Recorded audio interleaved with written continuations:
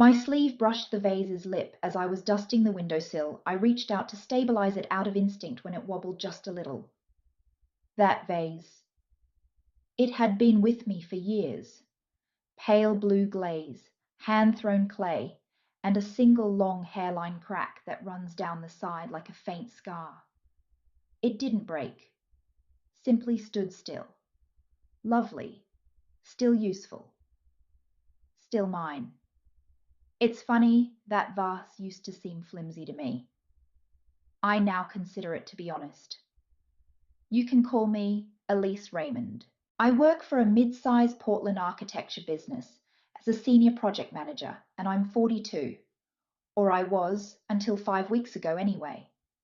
Like most mornings, it began that way. As I answered emails on my tablet, I made coffee, fed my goldfish, and listened to the soft murmur of NPR in the background. Be calm, keep quiet. Typical. The telephone then rang. Elise Claire from HR is here. Would you be able to visit my office at 9 Service Row? Don't forget to bring your badge. One sentence like that might make you feel completely depleted. I arrived on schedule. As requested, my badge was fastened neatly on my lapel. Claire had a tense, regretful look on her face, which is a completely meaningless corporate HR expression. And there he was. Marsh Owen, 33, was recently elevated to the position of interim managing director, following the unannounced retirement of our founder, bright-eyed, smooth, and as inconspicuous as a stone through glass. Owen said, "Elise," without raising his eyes from his laptop, "we're reorganizing that term. Restructuring. For a body count, it's always the same cheap outfit. Like a salve." Claire hurriedly added, "You've been a pillar here." However, the company's course is changing. No warning, no severance. The severance that had been removed a minute earlier was replaced with an NDA and a hazy reference to changes in leadership style. If that hadn't been offensive, it would have been hilarious. I refrained from arguing, didn't weep, didn't even blink, because I had knowledge that Owen did not. He was unaware of the city contract. I had been spearheading a proposal for the Northside Urban Renewal Project 6 months prior, which was a multi-million-dollar design makeover partially financed by the city's sustainability office. Our firm was on the short list, but it wasn't yet public. Owen was also unaware that Rachel O'Donnell, the Deputy Commissioner, had personally called me to explain that the only reason we were considered was because of the trust I had built up over a decade of fighting for the community and clean work. The early rules included a provision titled Lead Continuity, which stated that the city would have the power to suspend or reassess participation if any project lead was fired without explanation. After witnessing a friend in another company be undercut by a gaudy new hire, I had lobbied for that clause myself. Now, without even looking at the contract, Owen had sacked me. His first error was that his second undervaluing someone who made everything seem easy for 10 years. It was that afternoon that I packed a plant, a collection of city planning rules. The vase too, without saying a word, I wrapped it in the sweater I kept on my chair for late evenings. Not after I was assaulted. Because I was eschewing show in favor of silence, I made a stop at the waterfront on my way home. Nearly 2 hours were spent sitting there just pondering, not for retaliation, not quite yet, about the reason I had stayed so long, why I had made myself tiny for individuals like Owen, who believed that decisions were trophies you made alone, and that charm equated to leadership. I texted Rachel at dusk, "Hello, I'm no longer with Beck and Rowan, as you may have heard. I wanted to let you know that no transition plan was provided and the decision was not made jointly. I hope that doesn't slow down the project's progress." In less than 10 minutes, the response was received. "You were fired. I didn't realize, Elise. The agreement will need to be reviewed. Can we speak tomorrow morning?" I spent a lot of time looking at the message. Still intact, the vase rested on the bench next to me.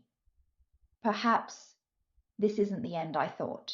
Perhaps it's simply the waiting period before something changes. I wore flats and a grey sweatshirt the following morning. No cosmetics, no armour. Only me. Rachel and I met at a cafe next to City Hall. With her face pressed into her coffee, she was already waiting. Before I could sit down, she replied, "Elise, I've already looped in legal. They committed a significant violation if they fired you without cause." I assumed, I answered plainly. She tightened her jaw. Yesterday they attempted to introduce a different name, a younger person. Someone I'm not familiar with. I assumed that it was Owen Marsh. Slowly, she nodded. In an attempt to reintroduce the team, he issued a proposal this morning. Rachel used her own punctuation by tapping the table once. "Until you are hired back or moved to a different company, we will not be considering you further. It's your call." I blinked. "That's giving," she stated. "It's earned. Design, genius is not what we're after. We desire trust. Never once have you given us cause to doubt yours." It didn't feel like a victory at the time. After being held underwater, it felt like oxygen. And that was just the start. I went home that night, placed the vase back on the windowsill. There was still a crack. But now I knew it wasn't a sign of weakness. It was a precious survival record. And I was aware of my next course of action. I had no desire to open my own business. Let's be clear about that. It wasn't a 5-year objective written in a planner or a dream I enjoyed working in a group. Seeing a wonderful idea come to life with hands other than mine was enjoyable. Sometimes, though, life is more about creating escape routes when someone else shuts the door than it is about pursuing goals. I remained silent for 2 days following my visit with Rachel. The kind where every sound in your home, the thud of your own heart, when you're finally really still, the creak of ancient wood, the hum of the refrigerator becomes its own event. I took up the phone after that. When Maya responded, I said, "Hey, have you ever wished that politics could be avoided when designing?" She chuckled. "Every day." "Why?" I inhaled. "What if we were able to? What if we constructed a lean structure, clear client-oriented from the start?" Maya took a while to respond. She was my silent ally for years, and the company's previous sustainability lead. One of the few people who never gave Owen's ring a kiss. At last she said, "I'm paying attention." We had a name within a week. Ridge and Reed. Ridge for the power read. Thanks for the adaptability. We lacked office space, only a conference room that was borrowed from Maya's cousin's real estate company. No expensive PR campaign, no marketing budget. All you need is a tidy website, a few LinkedIn updates, and a discreet email to the city's contract liaison. That afternoon, Rachel gave me a call. "The project will be moved." I blinked and whispered, "Wait." "Already," she said. I pushed it through, as if she were discussing shifting furniture rather than millions of dollars. Owen protested by claimed it was revenge. It was due diligence, I informed him. Something that I hadn't experienced in years rushed through me. Something better, not victory validity. They fired Elise, the project's backbone. Rachel went on. They lost when they gambled. Carelessness is not rewarded by us. Trust is rewarded by us. Some in the Portland design community gave me screenshots with laughing emojis after Owen's firm sent out a tone-deaf press release the following morning, saying they had stepped away from the Northside project to pursue higher value opportunities. I didn't answer. I didn't have to. That day, the crack in the vase on my windowsill gleamed slightly in the morning sun. Holding On Ridge and Reed signed its first contract that same week. We started hiring in the 3rd week. However, quiet retaliation is seldom really that quiet. Owen began to move. 2 of our interns were stolen by him, doubled the amount we could afford to pay them. Then, in an attempt to turn my leaving against me, his public relations specialist spread a rumor that Ridge and Reed was having management instability. Through the gaps, the murmurs crept in. I came across these. On the internet, I could see them in the hesitancy of former co-workers before leaving comments on our sites. One night, Maya called in a rage. Should we react? She inquired, are you saying that I should go all scorched earth? No, I replied. We continue as we have in the past. We let our work do the talking. It was challenging, I'll tell the truth. On certain evenings, I gazed at that vase for an hour, questioning whether dropping it would be a simpler option. Allow it to be broken clean and definitive. However, I didn't, because I was aware that the crack was what made it real, not what weakened it. Mark Lanning, a senior architect at one of the oldest firms in the city, called me out of the blue one evening. Are you busy? He inquired nonchalantly. I said, I'm always busy. Why? The good news is that you're creating a system that genuinely pays attention to customers I want to be in. The first real tremor was when Mark joined us. More came in the weeks that followed, silently with caution. Those who have had enough of feigning leadership through politics. Ridge and Reed has won 3 new municipal contracts by the 3rd month. What about Owen Owen stepped up? He accused Rachel of favoritism and improper transfer of bids in a grievance he filed with the city, but it was unsuccessful. He attempted to get me excluded from a convention for the industry. I was invited to keynote instead. The letter, however, was the worst. It came without a return address, in a stylish black envelope. Owen's penmanship contained a single line, you believe you have won. You just set yourself up for attack. I spent a lot of time sitting with that letter. After that, I followed my usual course of action.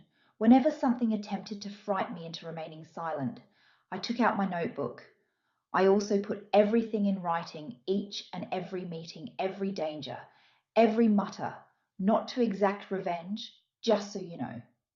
Because documentation is what separates a victim from a witness.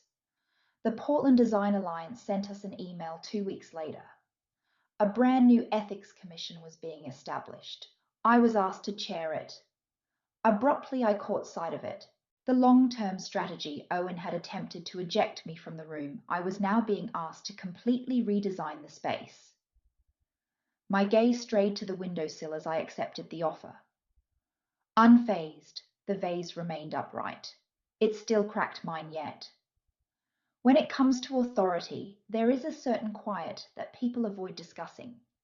It's not intimidation through silence, the kind that doesn't make a room quiet when someone enters with their title sewn on their chest. It's quieter, no more slowly. People seem to pause before speaking because they are aware that you are listening. It sounds respectful, and I could start hearing it. When the ethics committee hosted its first roundtable behind closed doors, Ridge and Reed was just 3 months old. A group of 7 of the most seasoned planners. Engineers and architects in the city are seated around a table. A few were interested. Some people are doubtful. However, none are contemptuous. I said just one sentence to start the meeting. We are here to stop acting as though the culture and the work are distinct. That was all. No grandstanding, no mission statement, just the facts. Since I had seen leaders get away with corruption for years under the pretext of just business, I wasn't going to utilize my place at the table for small talk now that I had one. Something unexpected came out of that meeting. People became more open, whispered about the contracts that were given out based on handshakes rather than qualifications, about miscommunication being used to cover up harassment about nice individuals quietly going while the loud ones were elevated. I made notes. Now I always took notes. I also fulfilled my self-promise.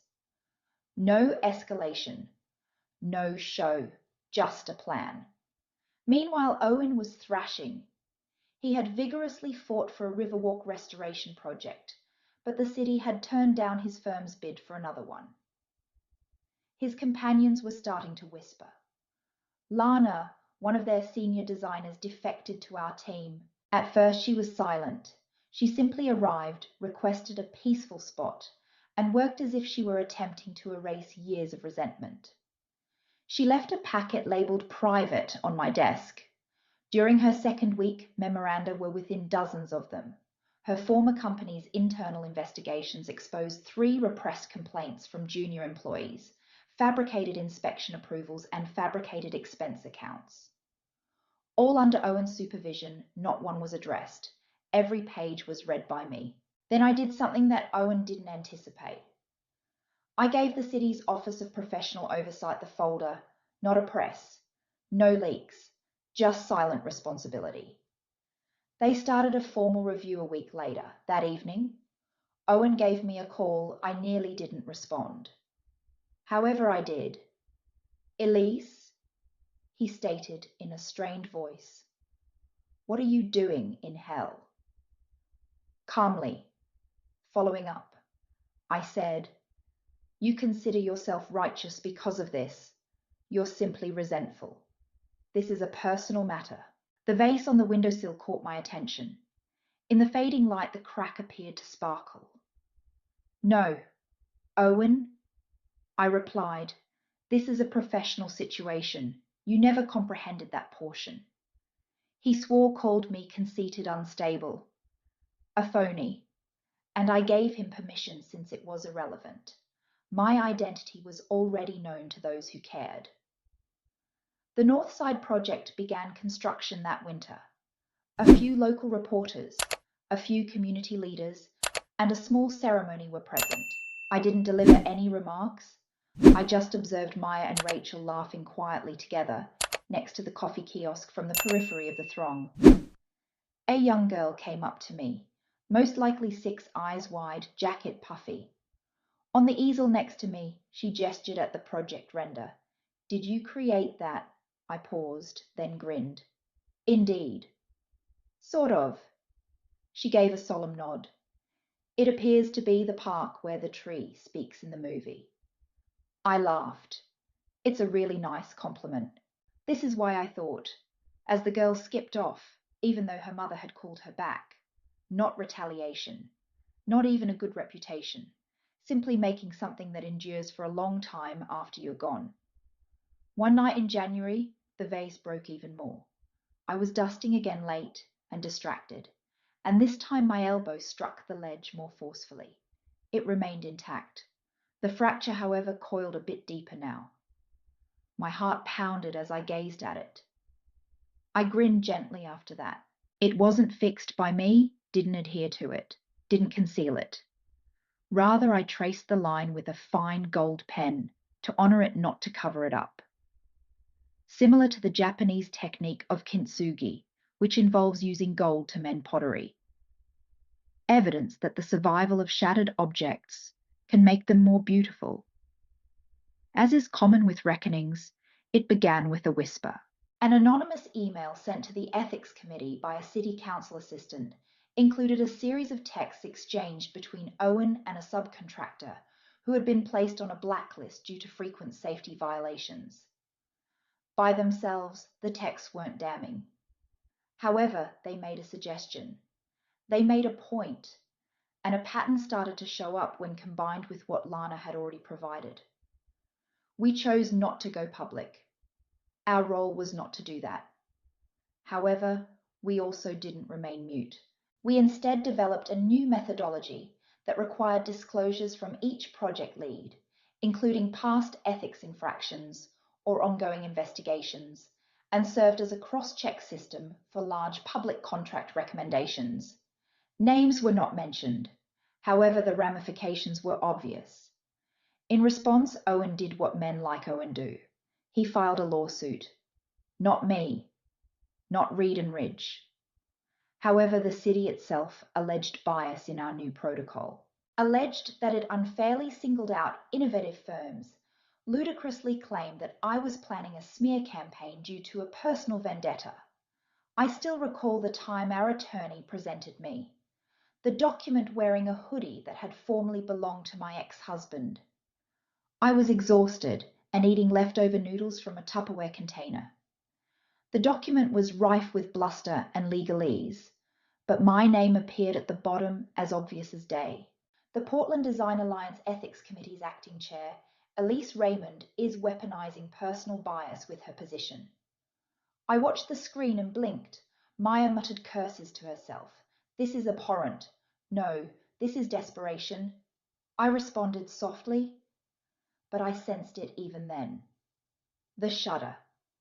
For women like myself, who were schooled to be quiet, cooperative and unthreatening, the old dread was ingrained.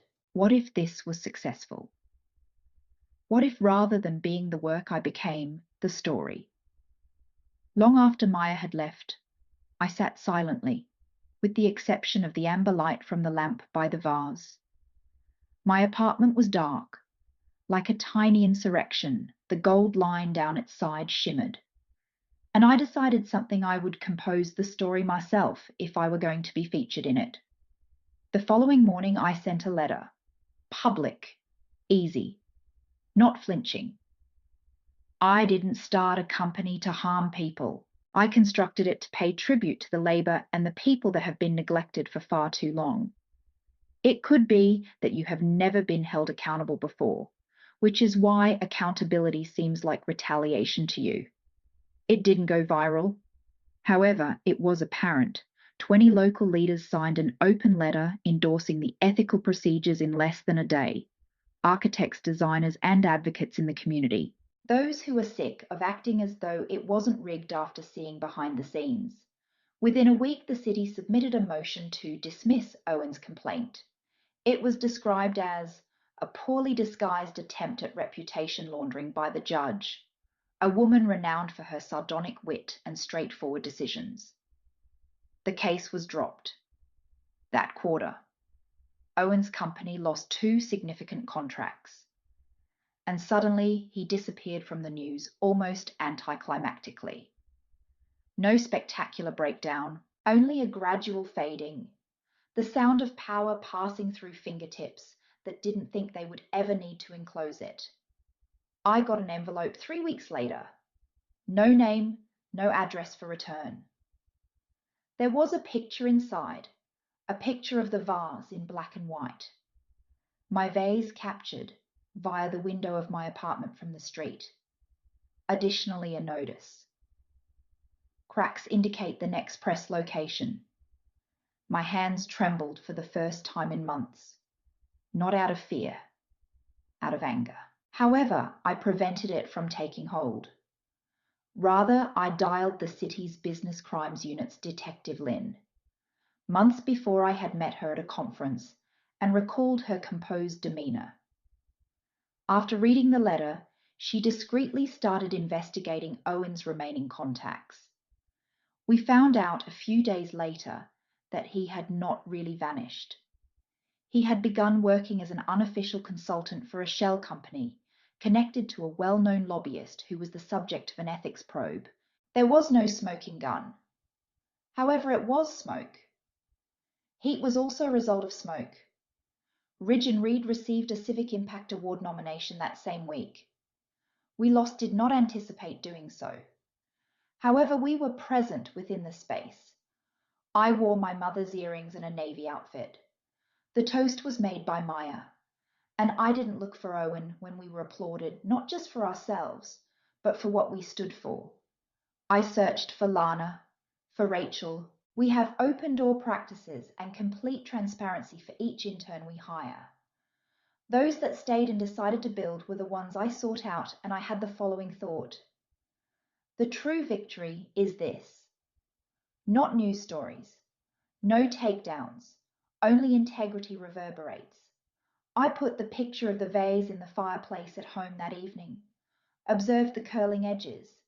Just enough of the flames were caught by the gold line on the actual vase to make it sparkle, standing mine yet. That year, spring came stealthily, as if it didn't want to be bothered. Everything felt too delicate for what I was still carrying, and the streets were lined with gentle pink cherry blossoms. Not precisely pain, not any more, like a weight. More, the sort of feeling you get when a protracted combat is ended and you're unsure of what to do with the armor. I entered the Ridge and Reed office early one morning before anybody else was there. I stood at the window, watched the fog roll off the Willamette River, and poured myself a cup of lukewarm coffee. I also had the vase on my desk. One side now has more gold than clay, a bit crooked intact. I once believed that the purpose of survival was to establish a point, to them, to oneself, to the planet. However, I recognized that morning that the evidence is survival.